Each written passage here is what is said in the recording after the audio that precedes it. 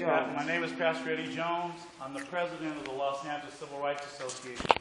When the young men were beat to death inside the men's central jail, I worked hard because John Thomas Horton III was beat to death, and his mother wanted to get inside and find out what was wrong with her son, why he wasn't calling back, why he wasn't talking. When I finally made contact with the head of the sheriff's department, and I finally got her inside, later on that night, someone came to her door and told her that her son had died inside the men's central jail. Come to find out, after we investigated this heinous murder, he was beat to death by the 3000 gang inside the men's central jail. Well, we brought that out, and I brought it out on the news. I brought the 3000 gang out on the news.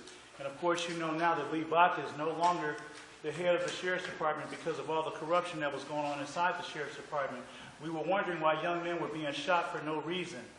We were wondering why they would shoot them, and the young men would have their pants sagging, and when they turned them over, they would have their cell phone in their hand, or they would have their hands on their pants, holding their pants up. In other words, they were trying to call their mother or their dad, because they would look at the phone and find out the last number that they dialed, and it was to their mother or their father. And so this is really important that young people kind of understand what to do when the police try to pull you over, or if you're walking down the street and they try to harass you. The first thing you want to do is you want to say yes sir and no sir.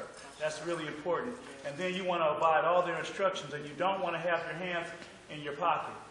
You want to have your hands out where they can see them. And working on some of the stuff, I worked on the wrongful death of Michael Jackson with the Jackson family. And I worked on a lot of different things, a lot of different shootings that have happened in our community, and we changed policy and procedures. And I've taken this all the way to the White House. I've been inside the Congress, I've been on the Congress floor, and I just came from a great speaker named Mr. McPherson.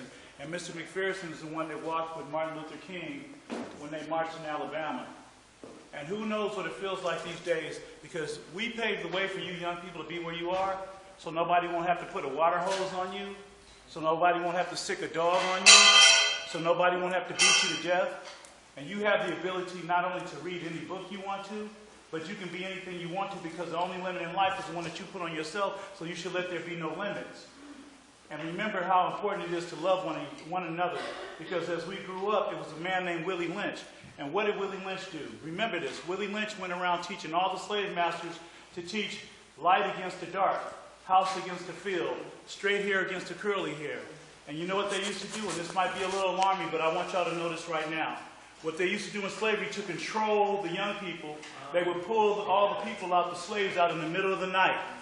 And they would take one man like you, and they would bring him out, and they would put a chain on his left leg and a chain on his right leg.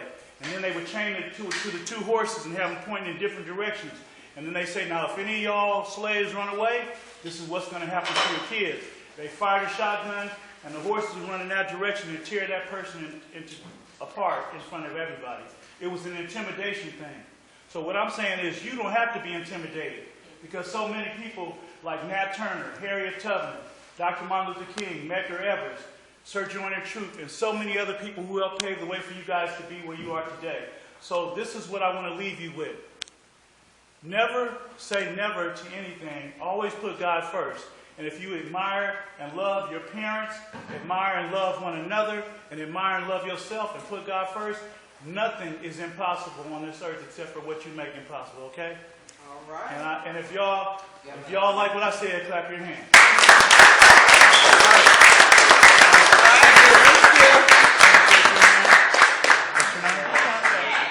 Nice to meet you.